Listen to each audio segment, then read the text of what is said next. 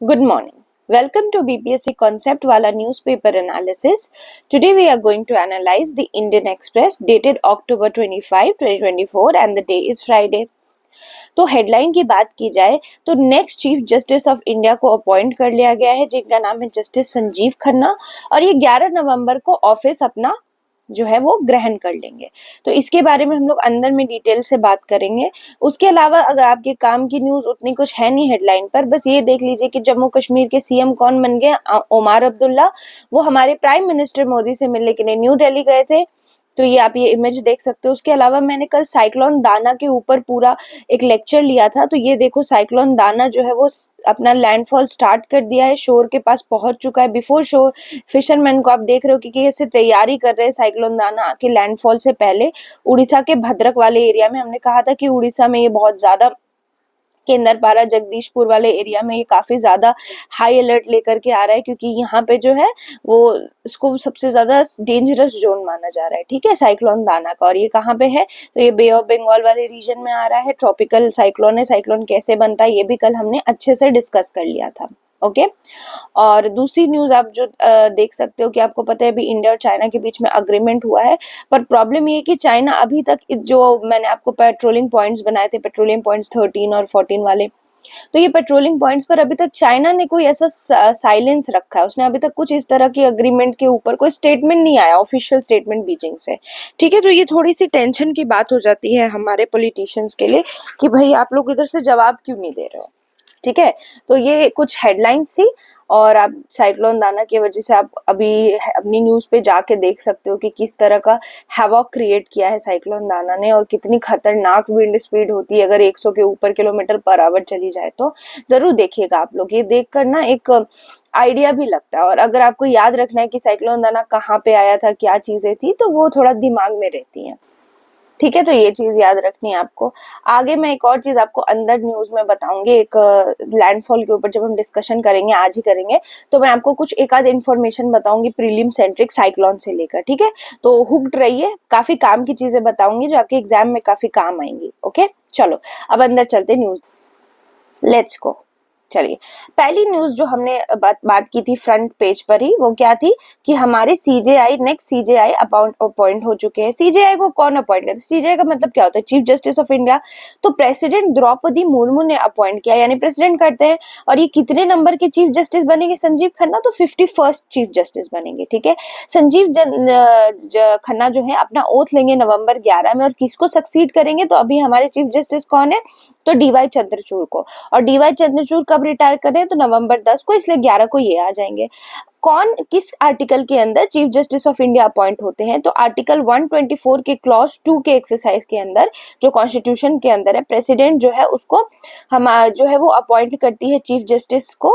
और chief justice mostly according to ये कह सकते हैं आप, मतलब एक सिस्टम नहीं, एक शब्द वो मेरे दिमाग से निकल रहा है, एक मिनट, अकॉर्डिंग टू कन्वेंशन। हाँ, कन्वेंशन के अकॉर्डिंग जो सीनियर मोस्ट जज होता है ना, सीनियर मोस्ट जज ऑफ सुप्रीम कोर्ट, उसी को चीफ जस्टिस बना देते हैं। ठीक है, तो ये कन्वेंशन है, वो होता है। उसके अलावा आपको ये बता दूं कि ये जो एक्सरसाइज है इसके अंदर चीफ जस्टिस खन्ना जो है वो अपॉइंट हो जाएंगे जज के तरह। जस्टिस खन्ना जो है उनका काफी छोटा टेन्योर है, इनका टेन्योर काफी छोटा होगा, 6 महीने के अंदर ये भी रिटायर हो जाएंगे, यानी कि मार्च 10 2025 में ये रिटायर कर जाएंगे। ठीक है, आप लोग मुझे कमेंट सेक्शन में बताना कि जो chief justice of India oath लेंगे, है ना, तो चीफ जस्टिस ऑफ इंडिया जब ओथ लेंगे तो उनको एडमिनिस्टर कौन कराएगा ये ओथ? ठीक है, तो ये आप थोड़ा सा मुझे बताएंगे कि chief justice of supreme court जो होते हैं उनको ओथ कौन एडमिनिस्टर करवाता है। ठीक है, अपॉइंट कौन करता हो तो देख लिया, ओथ कौन एडमिनिस्टर कराता है कमेंट सेक्शन में बताना। काम का है, एग्जाम के लिए है इंपॉर्टेंट। ठीक, और वैसे भी आप लोग काफी सही सही आंसर देते हो, बड़ा अच्छा लगता है देखकर। चलो, चीफ जस्टिस खन्ना की बात की जाए तो चीफ जस्टिस खन्ना जो है वो एक दिल्ली यूनिवर्सिटी का एक लॉ कैंपस है। ठीक है, उसके ये फैकल्टी रह चुके हैं, और ये एडवोकेट की तरह 1983 में इनरोल किए थे, और इन्होंने दिल्ली हाई कोर्ट में भी प्रैक्टिस की हुई है। उसके अलावा इन्होंने senior standing council of income tax department में भी काम किया हुआ है, वहां पे ये सर्व कर चुके हैं। सिविल मैटर पे काउंसिल लेते थे, उसके अलावा जस्टिस खन्ना की बात की जाए तो इनकी भी एक लेगेसी है, जैसे डीवाई चंद्रचूड़ जी की लेगेसी थी ना, वैसे ही जस्टिस खन्ना जी की भी लेगेसी है। इनके पिता का नाम था देवराज खन्ना, जो कि दिल्ली हाई कोर्ट के जज रह चुके हैं, और इनके अंकल थे हंसराज खन्ना, जो कि सबसे सीनियर सुप्रीम कोर्ट के प्यूनी जजेस में से थे, जिन्होंने रिजाइन कर दिया था जब उनको पास ओवर कर दिया गया था चीफ जस्टिसशिप के लिए ड्यूरिंग इमरजेंसी। तो इमरजेंसी के टाइम से इनकी रूट चली आ रही है, खानदान में पापा अंकल सारे के सारे जो है वो बहुत ही रेप्यूटेड इस पोस्ट पर हैं। उसके अलावा आखिरी के कुछ महीनों में जस्टिस खन्ना जो है वो उसी कोर्ट रूम में थे जिस कोर्ट रूम में उनके अंकल थे, that is court room number 2, जिनमें उनकी पिक्चर टंगी हुई है। उसके अलावा अगर जस्टिस खन्ना की बात की जाए जो 51st CJI हैं, इनके बारे में बात की जाए तो खुद एक बहुत ही रिजर्व और प्राइवेट पर्सन ऐसा इन्होंने कहा, और इनका जो है ना 2 डेकेड लंबा जुडिशियल करियर रह चुका है दिल्ली में। और ये जो है ना चीफ जस्टिसशिप जो होगा इनका पहला एडमिनिस्ट्रेटिव बिगेस्ट एडमिनिस्ट्रेटिव रोल होगा, ठीक है। इसके अलावा ये करेंटली क्या कर रहे हैं, तो currently CJI justice Khanna, CJI अभी तो नहीं बने हैं पर जब बनेंगे जस्टिस खन्ना, तो अभी करेंटली वो एग्जीक्यूटिव चेयरमैन है नेशनल लीगल सर्विस अथॉरिटी की, ठीक है। तो नेशनल लीगल सर्विसेज के, और इनको एलिवेट किया गया सुप्रीम कोर्ट के जज के रोल में 2019 में ही किया गया था, ठीक है। उसके अलावा ये सीजेआई ऑफ हाई कोर्ट नहीं बने, इनको डायरेक्टली सुप्रीम कोर्ट के जज की तरह अपॉइंट कर दिया गया, ठीक है। जो कोलिजियम करता है ना, कोलिजियम में इनफैक्ट ना 2 जजेस का नाम पिक किया हुआ था, लेकिन वो लोग जब नहीं आए ना तो जस्टिस खन्ना को सुप्रीम कोर्ट का जज बना दिया गया। उसके अलावा अपने 6 साल के टेन्योर में एज ए सुप्रीम कोर्ट जज जस्टिस खन्ना बहुत इंपॉर्टेंट रूलिंग्स के पार्ट रहे हैं। ये रूलिंग्स थोड़ा आप देख लीजिए, ये थोड़ा इंपॉर्टेंट है आपके लिए। जैसे क्या आपको पता, अभी रिसेंटली बहुत बड़ी बड़ी रूलिंग्स आई हैं, जैसे सबसे बड़ा रूलिंग अगर आप देखो 2023 के अराउंड में, तो यही रूलिंग था ना 23-24 के अराउंड में कि इलेक्टोरल बॉन्ड स्कीम को अनकॉन्स्टिट्यूशनल करार दे दिया गया था, स्टक डाउन कर दिया गया था। तो जो पैनल बनी थी ना इसकी, वो 5 जज पैनल, उस जज बेंच में, जो पैनल या बेंच जो बोलते हैं, उसमें जस्टिस खन्ना थे। उसके अलावा एक बेंच थी जिसने अपहेल्ड किया था 370 आर्टिकल के एब्रोगेशन को, उसमें भी जस्टिस खन्ना थे। उसके अलावा एक रूलिंग आई थी जिसमें सुप्रीम कोर्ट ने बोला था कि उसके पास पावर है डायरेक्टली डिवोर्स देने का, आर्टिकल 142 के अंदर, अगर वो मैरिज इरिट्रीवेबली ब्रेक डाउन हो जाती है। अगर कोई मैरिज, देखो कोई मैरिज इस ग्राउंड पे खत्म कर रहा हो कि इरिट्रीवेबल ब्रेक डाउन है, मतलब अब नहीं ये सुधर सकता, तो उसके अंदर सुप्रीम कोर्ट जो है उसके पास पावर है कि वो डिवोर्स ग्रांट कर सकती है अंडर आर्टिकल 142, ठीक है। तो ये वाला जो कॉन्स्टिट्यूशनल बेंच था इसमें भी जस्टिस खन्ना थे। तो यानी जस्टिस खन्ना 3 बड़े इंपॉर्टेंट जो अभी तक चेंजेस आई हैं उसके पार्ट रहे हैं, ठीक है। तो ये थोड़ा सा ध्यान रखना है। उसके अलावा ये भी मुझे बताना, आर्टिकल 142 क्या है, बहुत इंपॉर्टेंट है, बहुत ही ज्यादा इंपॉर्टेंट। छोड़ो आप क्या ही बताओगे, मैं ही बता देती हूँ। देखो article 142 of constitution of India जो है वो सुप्रीम कोर्ट को पावर देता है कंप्लीट जस्टिस करने का, कंप्लीट जस्टिस की पावर है, ठीक है। आर्टिकल 142 के अंदर कंप्लीट जस्टिस की पावर है, इंश्योर कंप्लीट जस्टिस, ये लिख देती हूँ, ensure complete justice by Supreme Court, ठीक है। ये तो यही आर्टिकल 142 के अंदर पावर होती है। तो ये इंपॉर्टेंट है। बाकी आप मुझे बताना कमेंट सेक्शन में जो मैंने पीछे वाली क्वेश्चन पूछी है, पर ये मैंने आपको बता दिया। उसके अलावा ये तो आपको बताया मैंने कि कौन से आर्टिकल के अंदर चूज करते हैं, तो 124 क्लॉज 2 के अंदर सीजेआई जो है प्रेसिडेंट अपॉइंट करता है। नेक्स्ट न्यूज देखो, ब्रिक्स का जो अभी ब्रिक्स का जो समिट हो रहा है काजन में, वहां पे ब्रिक्स ने सपोर्ट किया है इंडिया का स्टांस की यूरोपियन यूनियन एक कार्बन टैक्स मैनेजमेंट, इसके कार्बन बॉर्डर एडजस्टमेंट मैकेनिज्म लेकर आया यूरोपियन यूनियन, ठीक है। तो वो बहुत ही डिस्क्रिमिनेटरी है ऐसी कंट्रीज के लिए जैसे इंडिया वगैरह के लिए। उसके ऊपर ब्रिक्स ने भी सपोर्ट किया है इंडिया का स्टांस ईयू के कार्बन टैक्स पे कि इंडिया इसको डिस्क्रिमिनेटरी कह रहा है, तो ब्रिक्स इससे अग्री कर रहा है, ठीक है। क्योंकि एस्टिमेट्स लगाई जाए ना, तो ये जो कार्बन बॉर्डर एडजस्टमेंट मैकेनिज्म अगर आ गया ना, तो इंडिया के एक्सपोर्ट 20 से 35% तक एक्सपोर्ट के कॉस्ट बढ़ जाएंगे। इससे ना इंडिया का एक्सपोर्ट अनकॉम्पिटिटिव हो जाएगा यूरोपियन मार्केट में। देखो होता क्या है ना, इसको मैं इधर लिख देती हूँ, नहीं आपको भी पता चल जाएगा मैम क्या बोलिए, CBAM। देखो कार्बन बॉर्डर एडजस्टमेंट मैकेनिज्म को एक और टर्म आप देख सकते हो, कार्बन बॉर्डर एडजस्टमेंट टैक्स, ठीक है। CBA का यही मतलब है, समझ जाना। ये बेसिकली नाम से क्या पता चला, अगर ये टैक्स है तो ये एक फी है या फिर टैरिफ बोल सकते हो, जो कि इंपोर्टेड गुड पर लगाएगी यूरोपियन यूनियन। किस पे? इंपोर्टेड गुड्स पे लगाएगी यूरोपियन यूनियन। अगर ये इंपोर्टेड गुड्स बेस्ड है किस पे? ग्रीन हाउस गैसेस पे, ग्रीन हाउस गैसेस पे।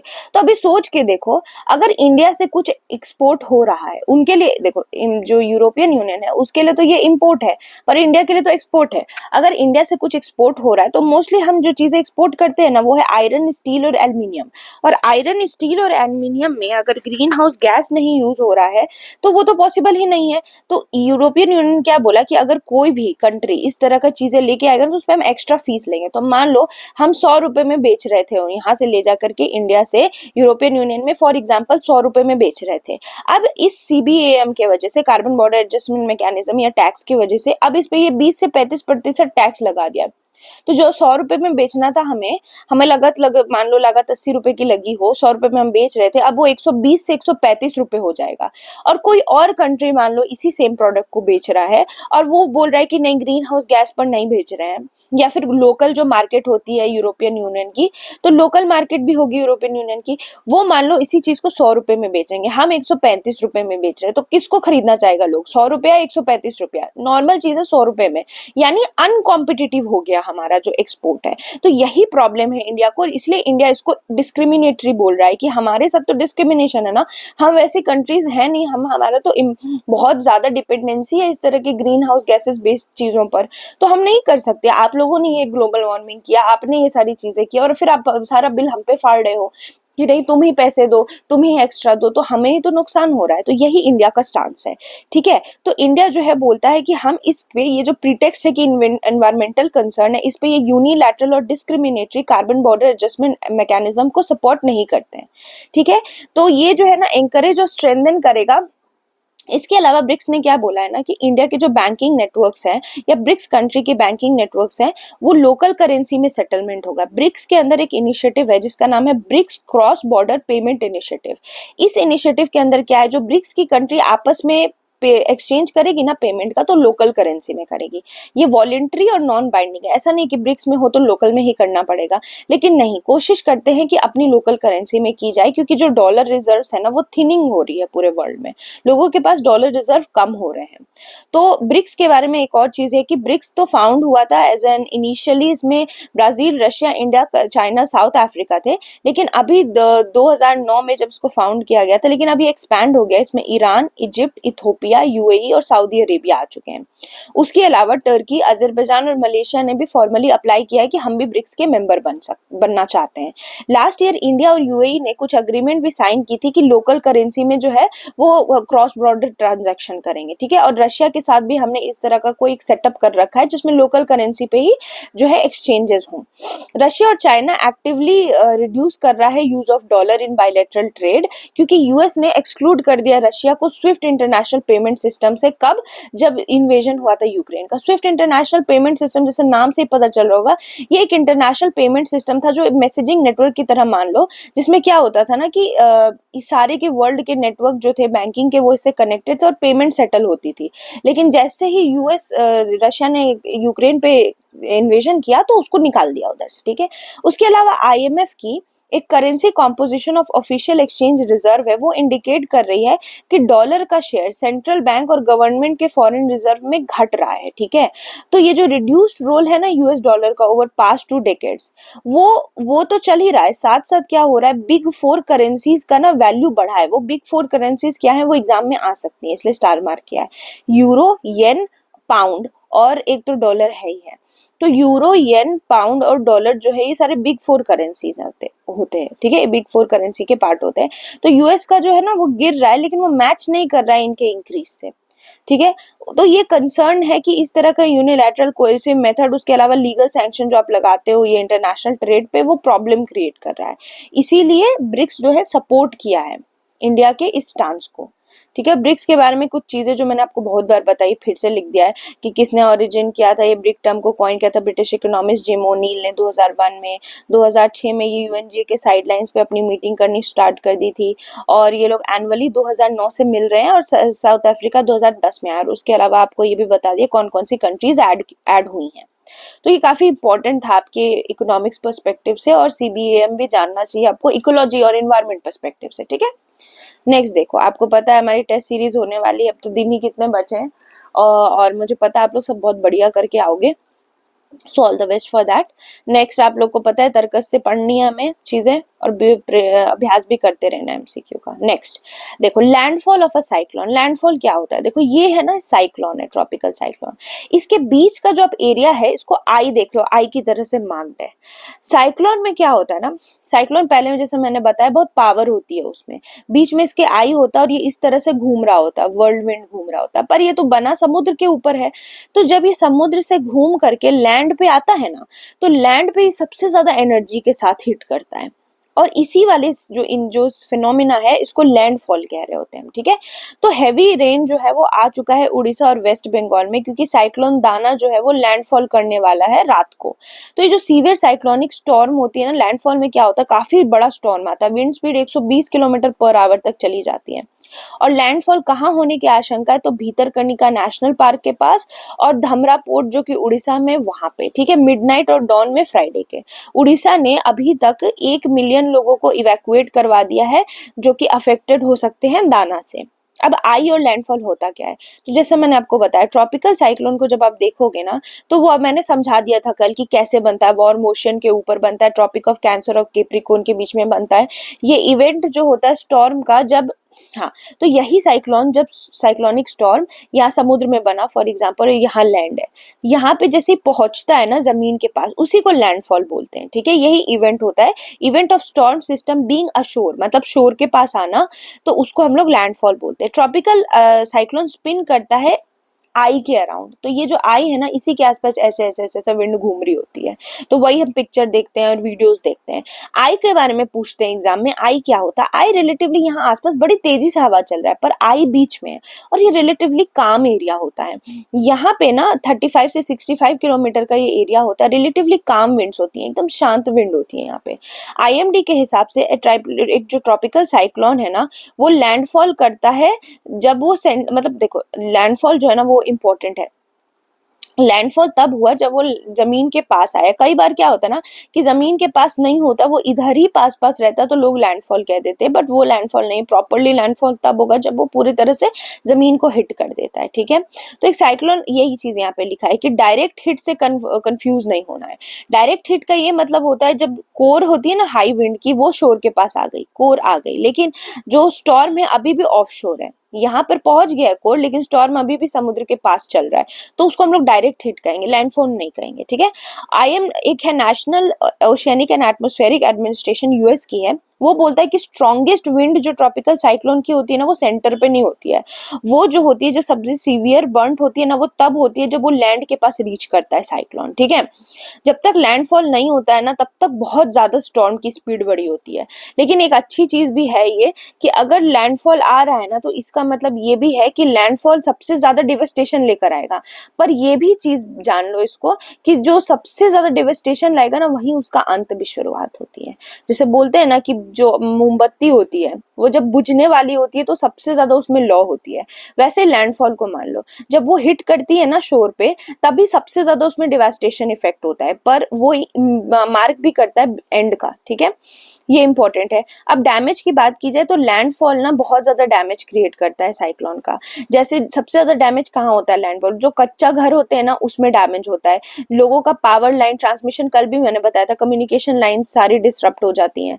उसके अलावा जो डेब्री है, सबसे ज्यादा प्रॉब्लम किसका होता है ना, जब साइक्लोन में ना इतनी ज्यादा हवा होती है कि ऊपर डेब्री, बड़े बड़े घर और छत वगैरह उड़ जाते हैं।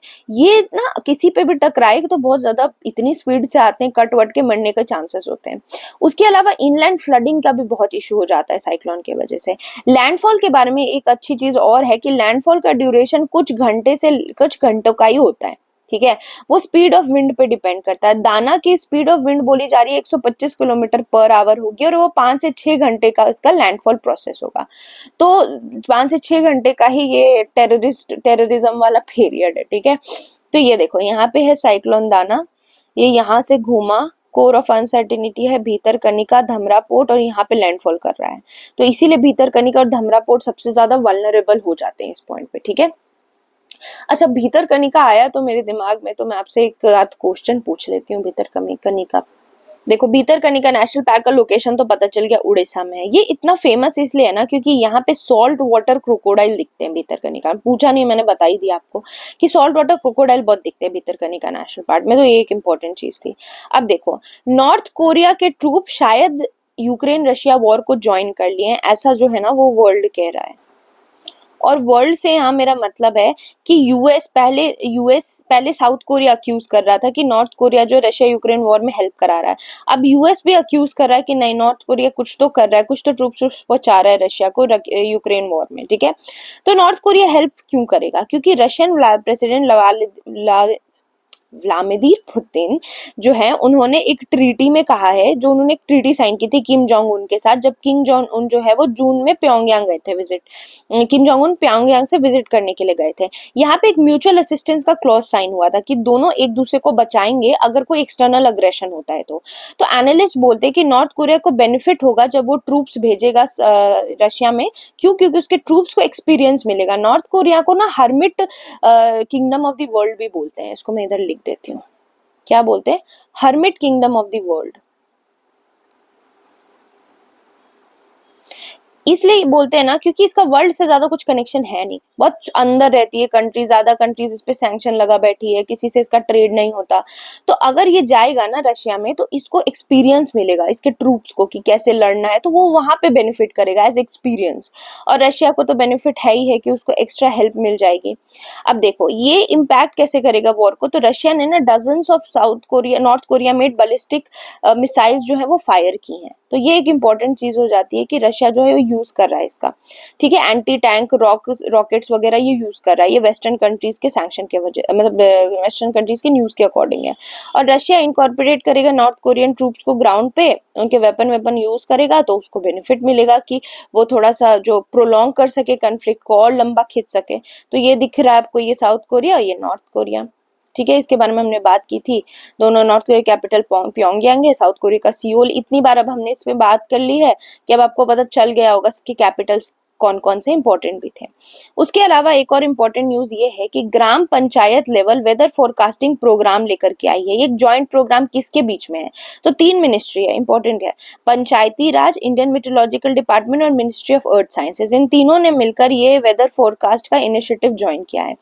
According to Panchayati Raj ministry, ये एम करता है एम्पावर करने का रूरल कम्युनिटीज को और इनहांस करेगा उनके अंदर disaster preparedness grass root level से। देखो पहले वेदर फोरकास्ट जो है वो लोकलाइज इतना नहीं था, अब क्या होगा ना, लोकलाइज हो जाएगा तो एग्रीकल्चर में हेल्प मिलेगी, रूरल पॉपुलेशन को क्लाइमेट रिजिलियंट बनने में मदद मिलेगा, उसके अलावा इन्वायरमेंटल चैलेंजेस से वो लड़ पाएंगे। ये फोरकास्ट आवरली होगा और ये ई ग्राम स्वराज पोर्टल और ग्राम मानचित्र पोर्टल और जो मेरी पंचायत ऐप है उस पर अवेलेबल होगा। ई ग्राम स्वराज जो है वो ऑलरेडी ऑपरेशनल है। यहाँ पे आप जाकर देख सकते हो current temperature, wind speed, cloud cover, humidity वगैरह at the level of gram panchayat. और 5 डे का फोरकास्ट जो है मिनिमम और मैक्सिमम टेम्परेचर का, rainfall, cloud cover, wind direction, wind speed सब आपको मिल जाएगा। बेनिफिट क्या होगा? डिटेल और लोकलाइज वेदर इंफॉर्मेशन ना फार्मर्स को हेल्प करेगा, वही इरिगेशन में, हार्वेस्ट प्लानिंग में। पंचायती राज मिनिस्ट्री ने अंडरलाइन किया इंपॉर्टेंस की लोकलाइज वेदर फोरकास्ट ना हेल्प करेगा इन इंटेंसिफाइंग क्लाइमेट चेंज का जो कॉन्टेक्स्ट है उसमें बड़ा हेल्प करेगा। तो ये वेदर पैटर्न्स जो है ना आजकल बड़े अनप्रिडिक्टेबल हो गए हैं, तो जब ये ग्राम पंचायत वाले लेवल पे आ जाएगा ना ये फोरकास्ट, तो ये बड़ा अच्छा टूल होगा जो सेफगार्ड करेगा एग्रीकल्चर लिवलीहुड का, क्योंकि आपको पता है गांव में सबको एग्रीकल्चर पे डिपेंड करते हैं। अब लोकल मैटर क्यों करता है? तो देखो जब कोई बड़ी सी चीज होती है ना, जैसे कि स्टॉर्म या फिर कुछ ऐसा, कुछ वेदर से रिलेटेड चीज होती है, उसको प्रिडिक्ट करना ज्यादा आसान है। लेकिन जो लोकलाइज चीजें होती है ना, जो लोकलाइज्ड इवेंट है जैसे क्लाउड बर्स्ट वगैरह, इनको प्रिडिक्ट करता है, क्योंकि जितना प्रिसाइज होता है ना उतना ही जो टाइम विंडो होता है ना वो अनसर्टेनिटी बढ़ा देता है, जितना आपको प्रिसाइज फोरकास्ट मिलेगा। तो इसी वजह से इसकी इंपॉर्टेंस बढ़ जाती है कि हम लोकल फोरकास्ट जब लेकर आएंगे ना, तो ये इस तरह के जो लोकलाइज्ड इवेंट है जैसे बादल बादल फटने के, वो पहले से पता चल पाएंगे, बहुत लोगों की जिंदगियां और लिवलीहुड बच पाएगा। लोकलाइज वेदर फोरकास्ट जो है वो हेल्प करेगा छोटी कम्युनिटीज को, जैसे फार्मर्स को, कि वो प्लान कर पाएंगे अपनी इकोनॉमिक एक्टिविटीज को। कैसे प्लान कर पाएंगे? तो उनके पास होगा कि देखो 2.55 लाख लाख विलेज पंचायत है इंडिया में। तो इंडिया में टोटल कितने विलेज पंचायत का नंबर है, तो 2.5 लाख के अराउंड विलेज पंचायत है। और इसमें जो पॉपुलेशन है ना वो कुछ हजार तक जो है ना वो एवरेज करती है। तो इन लोगों को बहुत हेल्प मिलेगा। तो इसीलिए लोकलाइज वेदर फोरकास्टिंग सिस्टम जो है वो बहुत हेल्प करेगा हम लोगों को लोकलाइज्ड लेवल पे। बाकी चीजें तो मैंने डिटेल में बता दी। ये याद रखना कौन कौन सी मिनिस्ट्री इन्वॉल्व है, ये आने के चांसेस सबसे ज्यादा हैं, ठीक है। प्रीलिम्स के लिए तो यही इंपॉर्टेंट है फॉर टाइम बीइंग। अब हम देखते हैं, आप लोग मुझे बताओ कौन सी कंट्री है जिसने साइक्लोन दाना की नेमिंग की है, ठीक है। A Oman, B Qatar, C Saudi Arabia या डी यूएई, ठीक है। ये मुझे आप बताओगे। उसके अलावा कल का जो क्यूओडी था उसका आंसर ये है और सबने सही आंसर दिया था। साथ ही साथ मैंने बोला था ना मैं आपको कुछ बताऊंगी साइक्लोन दाना के बारे में। तो जो नेमिंग होती है ना साइक्लोन की, वो नेमिंग ग्रुप ऑफ नेशंस करते हैं जो कि WMO वर्ल्ड मेटेरोलॉजिकल ऑर्गेनाइजेशन के पार्ट होते हैं।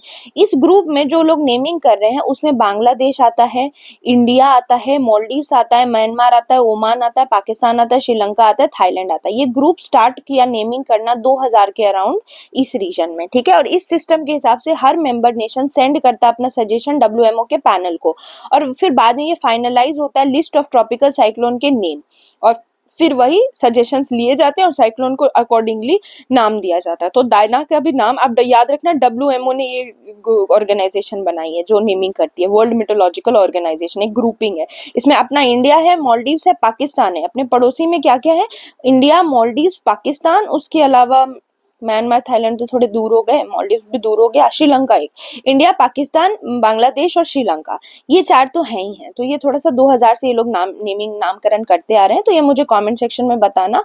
आज के लिए यही सारे आज के इंपॉर्टेंट थी लेक्चर्स, कुछ आपके प्रीलिम्स के लिए डायरेक्ट हिट होने वाले क्वेश्चंस हैं। तो keep reading and I will meet you in the next session. Thank you.